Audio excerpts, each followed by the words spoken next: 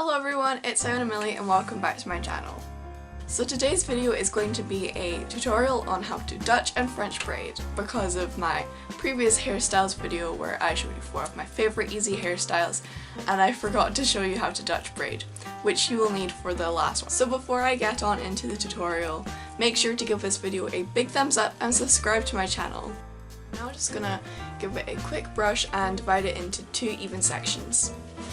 Okay, so I probably will be looking slightly to the side for this video because my viewfinder is to the side and it helps as looking as a mirror and everything. So once you have your 2 even sections, you're just gonna tie one of them up with just a plain bobble and make sure that it's out of the way so that when you start to braid the other side, you're not mixing any of the hair. It's a lot neater that way as well. I'm just gonna grab the top bit of my hair.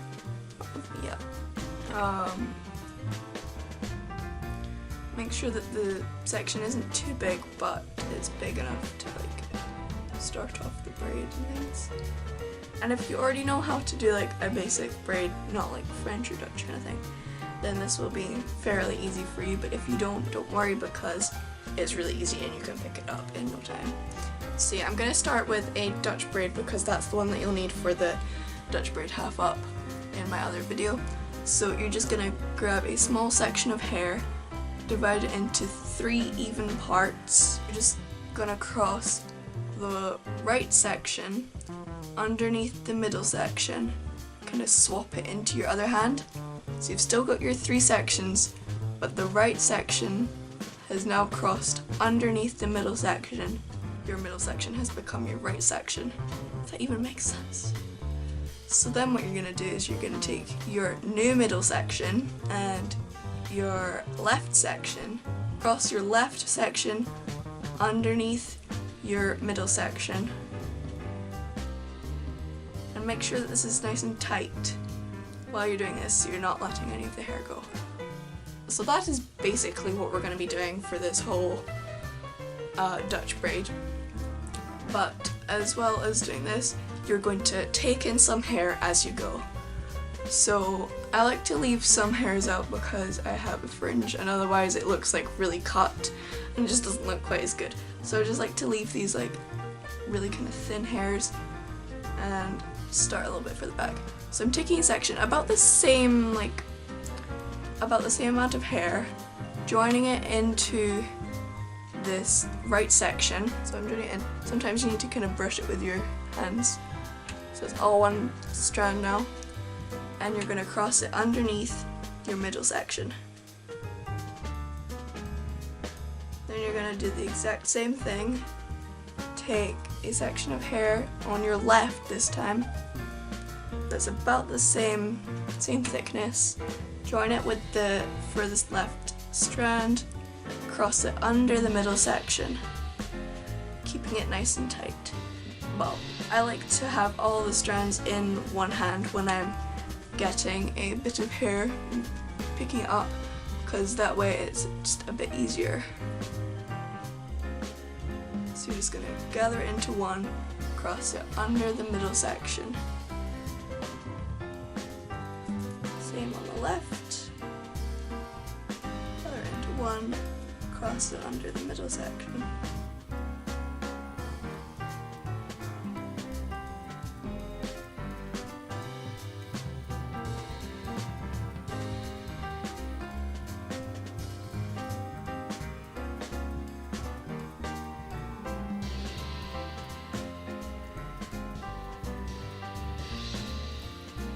And also, one thing is, where you have your arms affects where the braid is going to go, whether it's going to kind of go around the back or around the side.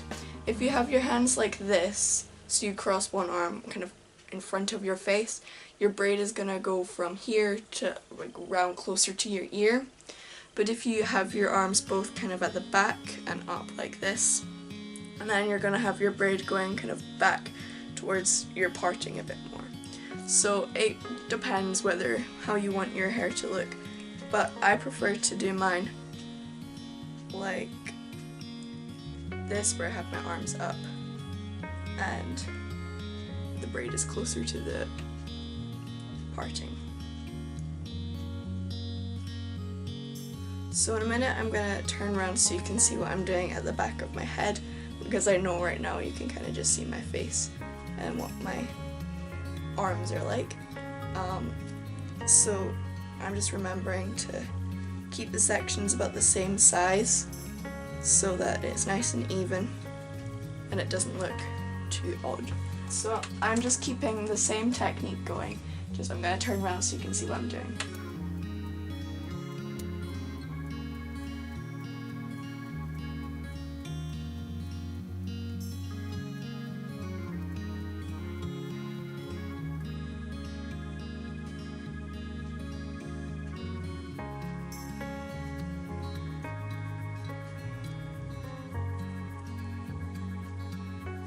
Once you get to the last section of hair, make sure it's really tight so you don't have a baggy bit at the back.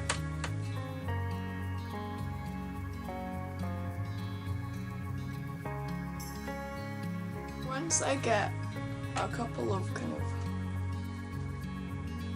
strands after I've got to the bottom of my head, I just bring it round to the front, and from here it's just a normal braid because you can't pick up any more hair. And you can kind of stop it at the bottom of your head if you want just like a plain pigtail, but I usually just plait it right down to the bottom as far as it can go. And you're just doing the same thing if you don't know how to braid already, just not picking up the hairs as you go. And that's one side done. So I'm just gonna go ahead and do the exact same thing on the other side to my hair, and I will show you what it looks like. So now I've finished both sides of my hair and it's all finished. And if you like to keep it nice and neat and tidy, you want to make sure that you're pulling on the strands nice and tight, but I did kind of go a bit weird over here where it's a bit puffy, so I'm just going to take a pin and pin that down. But if you don't really can't be bothered with pinning that down, then you could just keep it nice, like puffy and messy. And you can also pull on the little individual like strands here, and that's called pancaking, and then that will just make the braid more like puffy and bigger, and like yeah, and it'll also make it slightly messier in a way. So if that's what you want to do, then you can do that. But I like to keep my braids nice and tight because I feel like they're gonna last longer like that, and also you can sleep in them and then take them out the next morning and have like waves.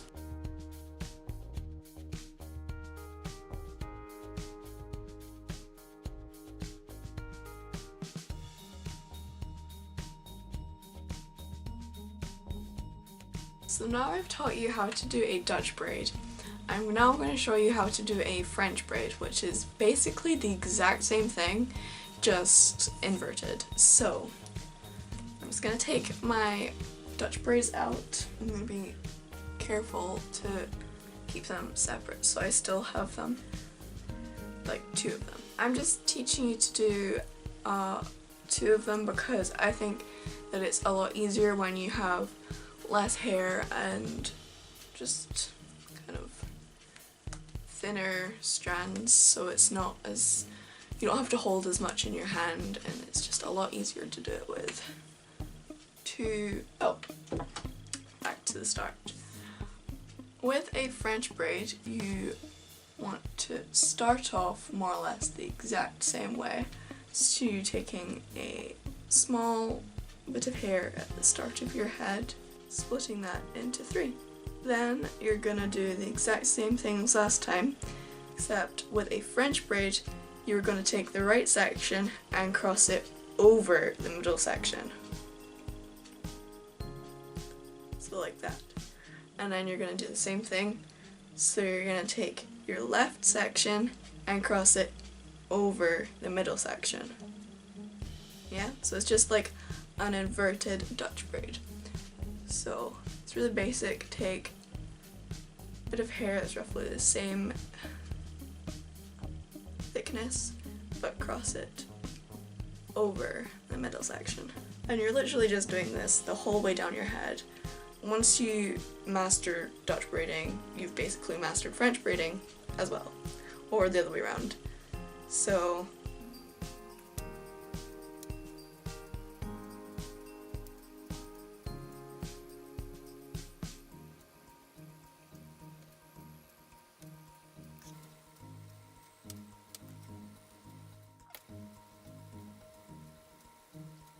And it's the same as last time, as I'm pulling very hard on the strands to keep them nice and close to my head.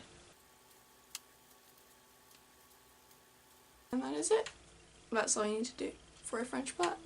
So I'm now gonna go and again repeat the exact same steps on my left side, and I will show you what it looks like when I have two in, even though you probably already know because in my previous video, my vlog, I did my outro with two French plaits in, so I never know what to call them because I've heard people say both, like French braid, French plait. I don't know, I kind of cross between the two. I never know what to say. I kind of just mainly call them braids, but occasionally I'll say plait. There's a cat outside.